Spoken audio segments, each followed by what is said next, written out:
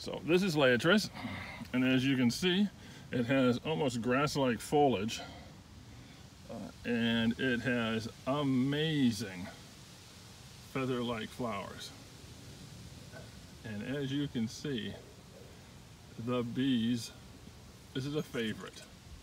There is not a day that goes by that the bees are not over this, all over this plant.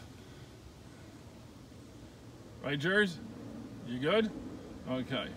So this comes back every year. Super easy to grow. And actually, probably the easiest plant we have in the yard to grow. Full sun. This takes neglect. We actually very rarely water this bed. It usually just gets the normal rainfall that Mother Nature gives it. Occasionally we have to do it, but these guys are never affected. It's really more for the other plants in the garden here. We actually have swamp milkweed behind it, so that could be, it needs a little extra water, so it gets a little boost now and then. But this is a plant that you gotta have in any perennial garden, but especially if you want to do a pollinator garden. The blooms actually start here at the top, so you can see this is spent, and they slowly work their way down to the base. So these are all about half, well here you see this is just starting. This hasn't bloomed. This has already started. This has bloomed. So we have it, of course, planted with a lot of coneflowers and coreopsis, but it does well. It also seeds, my God, there are bees everywhere. It also seeds, you can get a bag full of seed and spread it around. It's also easy to transplant. I'm telling you, if I could dig these plants up right now, they'll wilt a little bit, but keep on blooming and grow just fine. I'm going to see if I can find one here that I can pull up and show you the corm. But we normally get a bag full of seeds, and we actually spread around places where kind of have been wiped out by invasive plants. But anyway, this is Liatris, so let's take a close-up look. One of the best native perennials you're going to find. And you can see that there are bees everywhere. As with any garden that you plant, plants such as this, if you are allergic to bee stings, this is probably not something you should do, because this is going to attract a lot of bees. We're going to walk down here. You can see the main bed at the front sidewalk.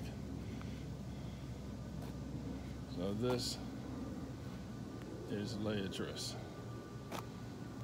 And look how easy it is to grow. This is here in New Jersey.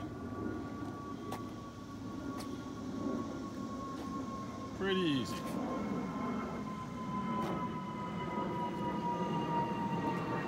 And what we've done is we'll pluck these things up and plant them elsewhere. So I'm going to show you what this thing looks like.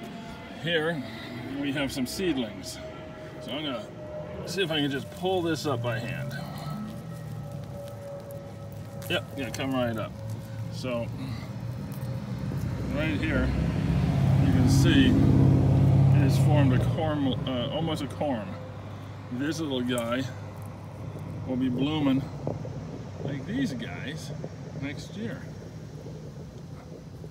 As you can see, we have hundreds of bees. I mean, there are bees everywhere.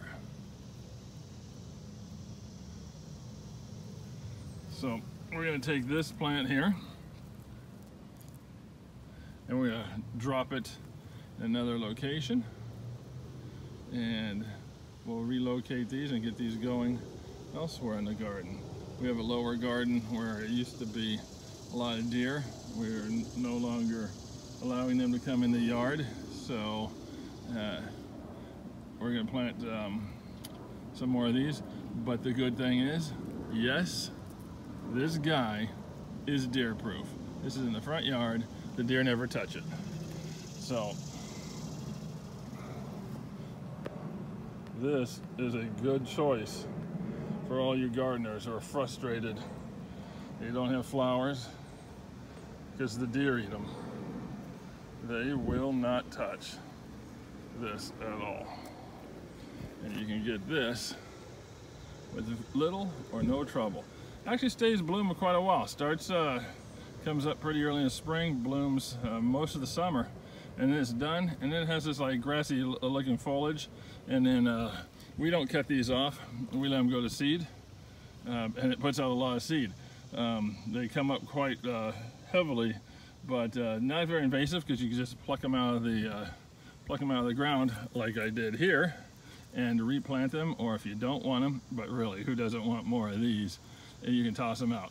But as you can see, if you're interested in having a pollinator garden, this is really getting visited by the bees.